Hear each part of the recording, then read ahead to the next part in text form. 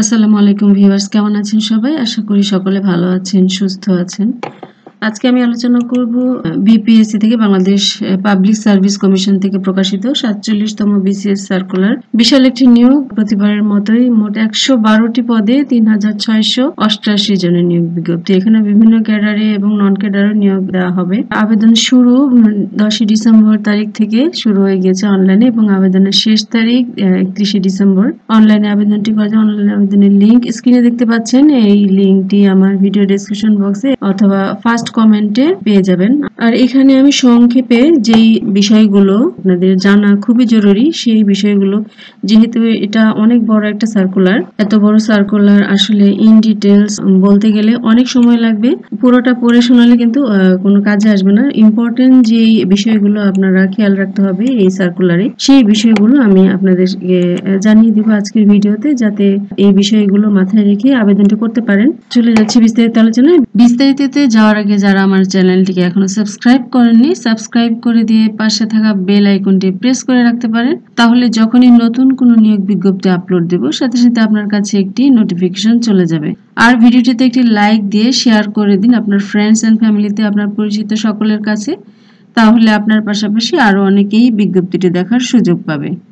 ৪৭তম BCS এর এই বিজ্ঞপ্তিতে মোট ক্যাডার এবং নন ক্যাডারের পদের সংখ্যা মোট ৩,৬৮৮ জন। এটা প্রথমে বলেছিলাম।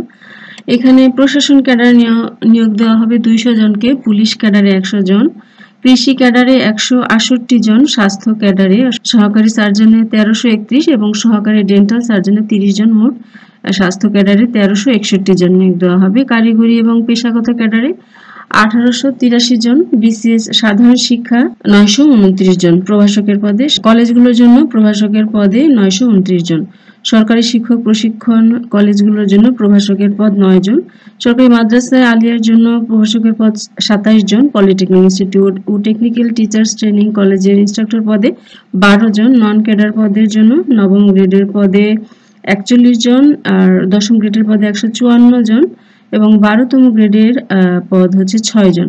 এই হচ্ছে টোটাল ক্যাডারের মোট নিয়োগ দেওয়া হবে। শূন্য পদের সংখ্যা ৩,৪৮৭ জন এবং নন ক্যাডারে ২০১ জন, মোট ৩,৬৮৮ জনের নিয়োগ বিজ্ঞপ্তি। এখানে নিয়োগের আবেদন করতে হলে আপনাদেরকে এই ওয়েবসাইটে যেতে হবে, bpsc.teletalk.com.bd। এই ওয়েবসাইটে গিয়ে আপনারা অনলাইনে আবেদনটি করতে পারবেন। এই ওয়েবসাইটে গিয়ে ৪৭তম বিসিএস সার্কুলার অ্যাপ্লিকেশন ফর্ম অপশনে ক্লিক করবেন।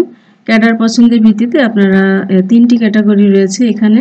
৩টি ক্যাটাগরি থেকে নেক্সটে সিলেক্ট করে নো সিলেক্ট করুন, তারপর পুনরায় নেক্সটে সিলেক্ট করে ৪৭তম বিসিএস পরীক্ষার আবেদন ফর্ম এখানে পেয়ে যাবেন। আর যদি এই নিয়োগ বিজ্ঞপ্তিটি বিস্তারিত পেতে চান তাহলে bpsc.gov.bd তে এই নিয়োগ বিজ্ঞপ্তিটি আপনারা পেয়ে যাবেন। এই বিজ্ঞপ্তিতে নিয়োগ অনলাইনে আবেদন ফি জমা দিতে হবে ৭০০ টাকা। ক্ষুদ্র নৃগোষ্ঠী প্রার্থী অথবা প্রতিবন্ধী অথবা তৃতীয় লিঙ্গের কেউ যদি আবেদন করেন তাহলে তাদের ক্ষেত্রে পরীক্ষার ফি ১০০ টাকা। আর আবেদন ফিটি SMS এর মাধ্যমে জমা দিতে হবে। অনলাইনে আবেদন সাবমিট করার পর এই SMS এর মাধ্যমে, দুটি SMS এর মাধ্যমে আবেদনটি সম্পন্ন হবে। কিভাবে SMS লিখবেন সেটা এখানে স্ক্রিনে দেখতে পাচ্ছেন। খুবই সুন্দর এক্সাম্পল দিয়ে আপনাদের নিয়োগ বিজ্ঞপ্তিটা ডাউনলোড করেই সেখানে এরকম পেয়ে যাবেন কিভাবে আপনারা SMS এর মাধ্যমে আবেদন ফি জমা দিতে হবে। আর এখানে পরীক্ষায় অংশগ্রহণের যে সকল শর্তাবলী আপনাদের জানা থাকা লাগবে সেটা হচ্ছে ৩ স্তর বিশিষ্ট নিয়োগ পরীক্ষা গ্রহণ করা হয়ে থাকে। ২০০ নম্বরের BCS application MCQ type preliminary test হবে। তারপর প্রিলিমিনারি টেস্টে কৃতকার্যদের জন্য ৯০০ নম্বরের লিখিত পরীক্ষা হবে এবং লিখিত পরীক্ষায় উত্তীর্ণদের জন্য ২০০ নম্বরের মৌখিক পরীক্ষা অনুষ্ঠিত হবে। এই ৩টি পর্যায়ে ৩টি স্তরে পরীক্ষাটি অনুষ্ঠিত হয়। বিসিএস সাধারণত আপনারা যারা বিসিএস পরীক্ষা বা প্রস্তুতি নিচ্ছেন অবশ্যই আপনারা জানেন। আর যারা নতুন তারা আজকের ভিডিও দেখে জেনে নিতে পারবেন। কেবলমাত্র লিখিত পরীক্ষা উত্তীর্ণ প্রার্থীগণ মৌখিক পরীক্ষায় অংশগ্রহণ করতে পারবেন। আর মৌখিক পরীক্ষায় অংশগ্রহণের জন্য যে সকল কাগজপত্র আপনাদেরকে মূল কপি সাথে নিয়ে যেতে হবে সেগুলো হচ্ছে সব ধরনের শিক্ষাগত যোগ্যতার সনদপত্র, নাগরিকত্বের সনদপত্র, শারীরিক প্রতিবন্ধীদের ক্ষেত্রে সমাজসেবা কার্যালয় থেকে সনদপত্র, মুক্তিযোদ্ধা কোটায় আবেদনকারী প্রার্থীদের মুক্তিযোদ্ধার সনদ, চারিত্রিক সনদপত্র, ভোটার আইডি কার্ড বা জন্ম সনদ, আর হচ্ছে অ্যাপ্লিকেশন যে করেছেন অনলাইনে, সেই অ্যাপ্লিকেশন অনলাইনে সাবমিট করার পর আপনি নিজেই একটা কপি প্রিন্ট করে রাখবেন। সেই আবেদনের কপি আপনাকে নিয়ে যেতে হবে মৌখিক পরীক্ষার সময়। আর এই টেস্টে কিভাবে পরীক্ষা হবে সেটা হচ্ছে 200 নম্বরের মাল্টিপল চয়েস এমসিকিউ পরীক্ষা হবে 2 ঘন্টার। এই পরীক্ষায় 200টি প্রশ্ন থাকবে, প্রতিটি শুদ্ধ উত্তরের জন্য 1 নম্বর এবং ভুল উত্তরের জন্য 0.5 কাটা হবে এবং 2টি ভুল উত্তর দিলে 1 নম্বর কাটা হবে। উত্তরপত্রে একবারই এটা কাটাছেঁড়া করা যাবে না, উত্তরপত্রটি ক্লিয়ার এবং ক্লিন থাকতে হবে। আর হচ্ছে 200 নম্বরের পরীক্ষার প্রিলিমিনারি টেস্টের একটা সাজেশন নাম্বার বন্টন করে দেওয়া আছে, সেটা হচ্ছে বাংলা এবং সাহিত্যে 35, ইংরেজিতে ইংরেজি ভাষা এবং সাহিত্যে 35, বাংলাদেশ বিষয়াবলী 30, আন্তর্জাতিক বিষয়াবলী 20 এবং ভূগোল, বাংলাদেশ বিশ্ব এবং পরিবেশ ও দুর্যোগ ব্যবস্থাপনায় 10, সাধারণ বিজ্ঞানে 15, কম্পিউটার এবং তথ্য প্রযুক্তিতে 15, গাণিতিক যুক্তি বিষয়ে 15, মানসিক দক্ষতায় 15 এবং নৈতিক মূল্যবোধ সুশাসনে এই মোট 200 নম্বরের প্রিলিমিনারি পরীক্ষা অনুষ্ঠিত হবে। সাধারণ ক্যাডারের প্রার্থীগণের জন্য 1100 নম্বরের লিখিত পরীক্ষা, কারিগরি পেশাগত প্রার্থীদের 1100 নম্বরের লিখিত পরীক্ষা অনুষ্ঠিত হবে। প্রিলিমিনারি টেস্টে যারা কৃতকার্য হবেন তাদের জন্য এই লিখিত পরীক্ষার নাম্বার বন্টন। সাধারণ ক্যাডারের জন্য পরীক্ষার নাম্বার বন্টন এখানে দেওয়া আছে, বাংলায় 200, ইংরেজি 200, বাংলাদেশ বিষয়াবলী হচ্ছে 100, আন্তর্জাতিকে 100, গাণিতিক যুক্তি এবং মানসিক দক্ষতা 100, সাধারণ জ্ঞানে হচ্ছে 100 এবং মৌখিক পরীক্ষায় 200, এই মোট 1100।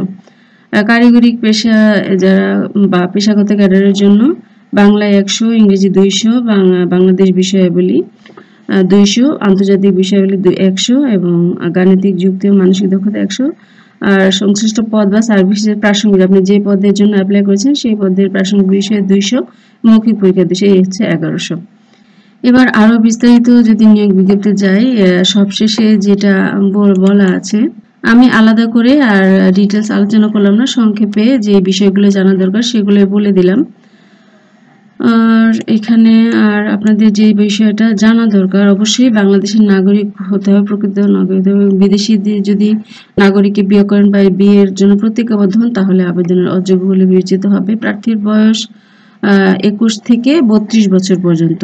1 নভেম্বর 2024 তারিখে সকল প্রার্থীর বয়স 21 থেকে 32 বছর পর্যন্ত। এখন যেহেতু বয়স সীমা 30 থেকে 32 করা হয়েছে, ছবি এবং স্বাক্ষরের সাইজও নিয়োগ বিজ্ঞপ্তিতে পেয়ে যাবেন, এই যেভাবে দেওয়া থাকবে। তো আপনারা ভালো করে পড়ে নিয়ে অবশ্যই বিজ্ঞপ্তিটি আবেদনটি করবেন। আশা করি আজকের ভিডিওটি আপনাদের জন্য হেল্পফুল হবে। আর অ্যাডমিট কার্ড আপনারা যেই ওয়েবসাইটে ঢুকে আবেদনটি করবেন সেই ওয়েবসাইটেই আপনার প্রবেশপত্রে চলে আসবে লিখিত পরীক্ষার জন্য।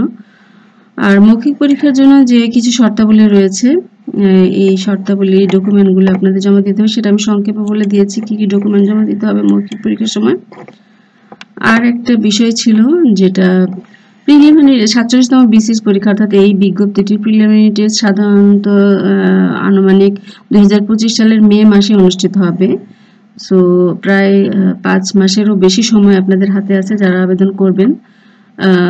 এই সময়ের মধ্যে অবশ্যই আপনারা নির্ধারিত তারিখ এবং সময় যথাসময় ওয়েবসাইট এবং সংবাদ মাধ্যমে প্রচার করা হবে।